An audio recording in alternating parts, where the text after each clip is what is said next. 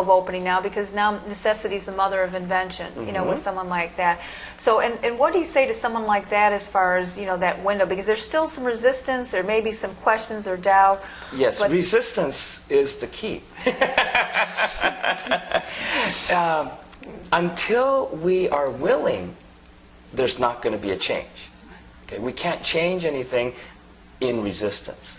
I'm sure everybody's experienced it, where when you're resisting something, that which you're resisting gets worse and worse.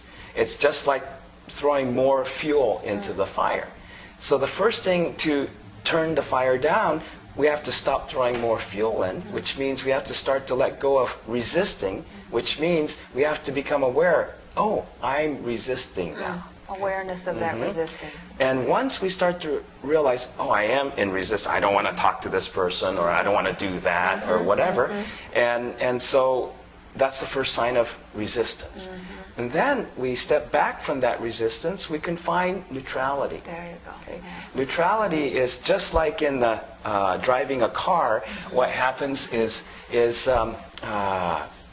you take the gear shift out of drive and you put it in neutral. What happens? It disengages from the wheels, and you know, the motor and the wheels disengage. The engine's still going, but it's disengaged. Consciousness is still there, right? Yes, awareness is there, Still but there. we're disengaged from the objects, okay? Disengaged from the appearance of things.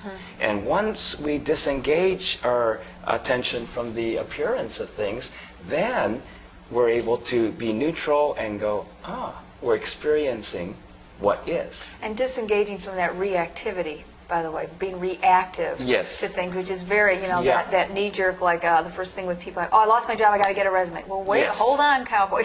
What do you got? What do you want? What do you really want to do? What, you know, and so backing up and getting out of that reactive type of action steps. And where's reactions come from? Reactions are all subconscious. Okay, nobody reacts consciously. That's the knee-jerk reaction, is exactly that. A button gets pushed, and then we go, ah! And each time the same button gets pushed, we go, ah, the same way. And if we get this button pushed, we go, oh. This button, ah! And so what is that? You can't do anything directly about a reaction, because it's just like a machine.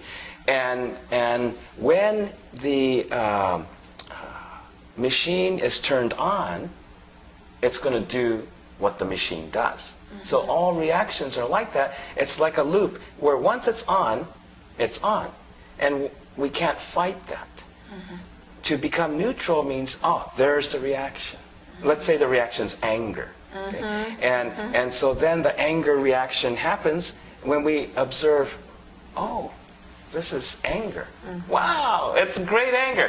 Now, I'm not reacting, I'm not becoming the reaction, I'm responding to the reaction. Yeah, you're not saying I'm angry now. The shift is I'm feeling anger. Exactly. Right, which is very important. And being shift. aware of it and not becoming it. But also, I think, and you also talk about validating the anger, or at least acknowledging and not resisting the anger, which we do. We do this, I'm feeling a bad feeling. Stop it. Yeah. You know, bad boy, and that's not going to do anything. Right? Yeah.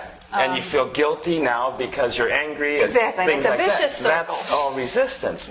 Yeah. And yet, if we realize, oh, that's just a reaction. I don't have to be a slave to the reaction. The reaction's just going to go. Okay?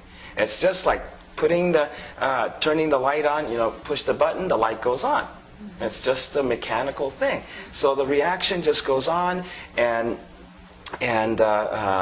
you don't have to become it. You just respond. Decide, how would I like to respond to that reaction? So if it's anger, for example, just go, oh, okay, that's anger.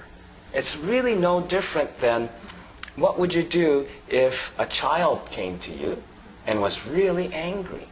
Okay? You don't become that child and get angry too, right?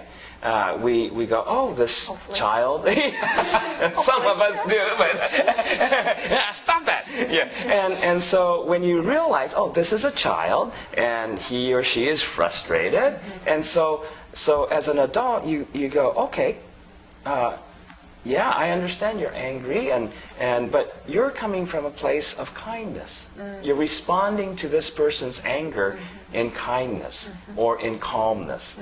You're responding to this child's resistance, temper tantrum or whatever, in neutrality and compassion. You understand they're frustrated. And so what's the difference between how you respond to someone else like that and how do you respond to the reactions within yourself? Yeah, and I want to point out that when you bring out these pieces in your book, You Are the Answer, they're little steps and practices, and it's important for people to remember that, like anything, like when you're taking a child out to learn, to ride a bike, first it's a tricycle, they get 3 wheels, then they get on the bicycle, but they get the training wheel, and there's this progression, but they're always out practicing, and like that, and I think you mentioned and emphasized, it's practice. Rome wasn't built in a day. You just don't develop neutrality overnight, and you're just starting to witness everything, and you're validating all your negative emotions, and you've reached, sainthood, we bring that up because it's important that people understand that it's a process, right? And to be gentle on yourself, and it's about managing personal expectations. Yeah, I think people get, like you said, like a panic. Well, this is the economy's crashing right now, and my bank account is going to zero right now. Right. I don't have time or for all my this. house is being foreclosed on right now. I got to do something. Well, if we really stop to think about it, let's say a paramedic is their job is usually a crisis. Yeah. Right? They go to the scene of the accident. The person's bleeding.